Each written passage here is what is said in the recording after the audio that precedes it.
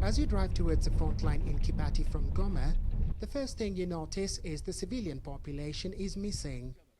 Empty homes line the road and no animals either. The only people around are soldiers. So where is the civilian population? And it's places like this that the refugees are brought to. Now, this particular place is a primary school that has been turned into a makeshift camp. We're not sure at the moment where the children who were learning here have been taken to. What we're sure about is that these children are not receiving an education at the moment. Now, this particular complex houses about 400 refugees from Kibati area where the fighting has been ongoing for the last few weeks. However, not everyone is able to get a place to shelter themselves, to sleep. And this here is a good example. A woman with her kid covered in an umbrella trying to get a few wings. The situation in the camp is terrible. While we've been here, we've not seen any places where people can help themselves, latrines. The cooking is done out here.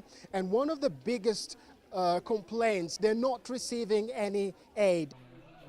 19-year-old Bumamungu Christine takes me into one of the classrooms to show me where he and his siblings sleep. Not much space, no privacy, when you consider they have to share the room with dozens of other families. And no matter who you talk to, the problems are all the same. We just want peace so that we can go home. There is no place to sleep. We live like wild animals. On this day, however, Médecins Sans Frontières has set up a free clinic providing primary health care for the refugees. MSF says this is the fourth emergency clinic they've had at this school alone. Regarding the illnesses, the main ones are respiratory infections that people catch while during the movements and here with the living conditions that are inappropriate.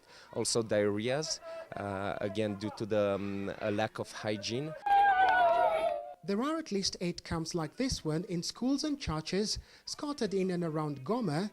At Bulengo alone, over 58,000 refugees. The organization says if aid assistance is not availed immediately, the situation could reach critical levels fairly quickly. At the beginning of the year in January, the number of displaced persons all over North Kivu was 800,000 and today it's around 950,000. Many of these people fled leaving all their belongings behind, but it's the children who are most affected. Nagila, CCTV, Goma.